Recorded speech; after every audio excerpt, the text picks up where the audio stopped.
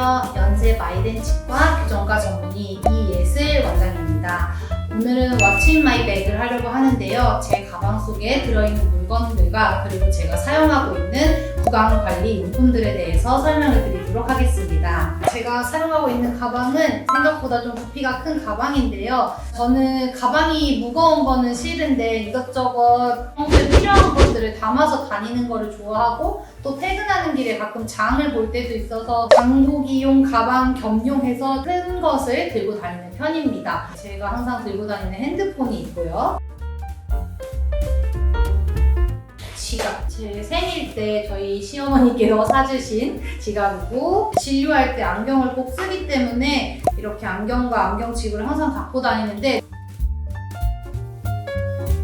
눈이 많이 나쁘지는 않아서 평소에 잘 쓰지는 않고요. 진료할 때는 아무래도 이제 환자분들을 꼼꼼하게 잘 봐드려야 되기 때문에 이렇게 안경을 쓰고 체어의 라이트가 빛이 굉장히 밝아서 눈이 부실 때가 많기 때문에 블루라이트 차단 기능이 있는 안경을 같이 사용합니다. 안경집에는 필통 겸용으로 해서 이렇게 펜들도 가지고 다니고요. 이런 특이하게 생긴 모양의 자가 있는데 고정 모형 측정용 자를 혹시 모르기 때문에 가지고 다니고 있고요. 출퇴근할 때 항상 끼고 있는 이어폰,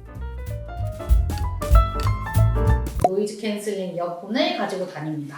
간단하게 수정 화장할 수 있게 틴트랑 컬러 립밤 있고요. 저희는 또 손을 자주 씻기 때문에 굉장히 손이 많이 틉니다. 그래서 핸드크림을 꼭 많이 가지고 다니고 친구들끼리도 굉장히 핸드크림이나 립밤 이런 것들을 선물을 많이 해주는 편인 것 같아요. 조금 눈이 건조하거나 할 때 쓸 수 있는 인공 눈물이랑 혹시 몰라서 비상약, 진통제 가지고 다니고요. 치과 관련된 용품들을 조금 소개를 해드리자면 저는 특정한 브랜드를 선호하는 건 없고 직업 특성상 샘플을 받아서 써볼 수 있는 기회가 많이 있기 때문에 샘플 받은 거를 가리지 않고 이것저것 써보는 편입니다.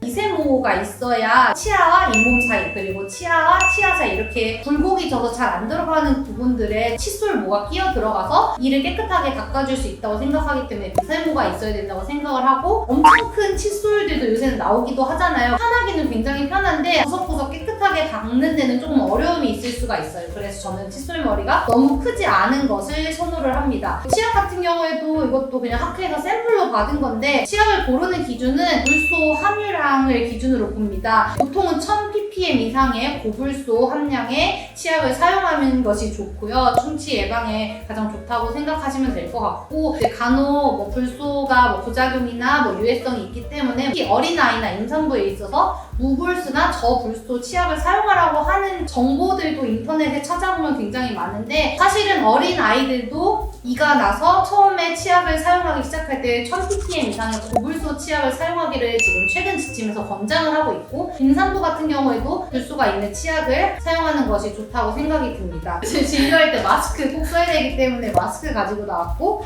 KF94 그리고 저는 개인적으로 세부리형을 좋아합니다. 그래서 마스크를 항상 가지고 다니고요. 이 작은 고슴도치는 사실 머리를 열면 치실입니다.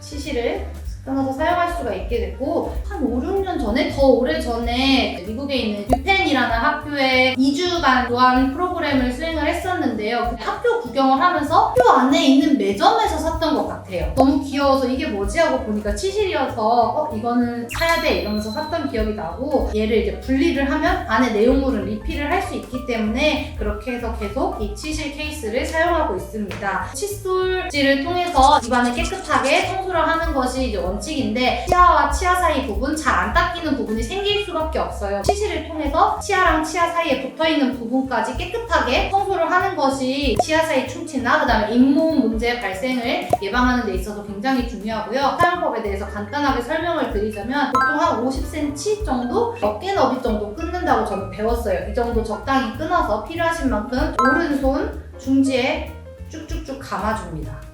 이렇게 감아주시고 약간 남긴 상태로 왼쪽 중지에 2번 정도 감아줍니다. 2~3번 정도. 적절한 길이가 됐을 때 엄지, 검지로 이렇게 잡아주면은 이 정도 길이에 대해서 한 번 번씩 이렇게 넣어서 시시를 하신다고 생각하시면 돼요. 한 군데를 하고 나서 여기가 더러워지면 왼쪽으로 감고 오른쪽으로 풀고, 그러면 다시 또 깨끗한 면이 나오니까 다시 새로운 부분에 대해서 치실질을 하고, 이렇게 사용하시면 되고요. 치아와 치아 사이의 공간에 이렇게 넣어주실 때는 위아래로 꾹 넣으면은 잇몸에 상처가 날 수가 있어요. 톱질을 하듯이 살근살근 넣어주시면은 다치지 않게 살살 넣어주실 수가 있고, 치아는 옆에서 볼 때 조금 둥근 면이 있어요. 그래서 가장 많이 닿는 풍요한 면이 있고, 아래쪽에 잇몸과 가까운 부분은 이렇게 두 면으로 나뉘어져서 이 사이에 잇몸이 있는 건데, 이쪽 부분 치아면과 이쪽 부분 치아면을 모두 고루 잘 닦아주셔야 돼서, 그래서 이렇게 넣고 앞뒤로만 움직이는 게 아니라 이쪽 치아면을 향해서 이렇게 5번에서 10번, 그리고 또 반대쪽 치아면을 향해서 5번에서 10번 정도 이제 치면에 맞춰서 치실을 약간 휘어서 모양을 맞춘다고 생각하시면 될 것 같습니다. 전체적인 부위를 매일매일 치실질을 해주는 것이 아주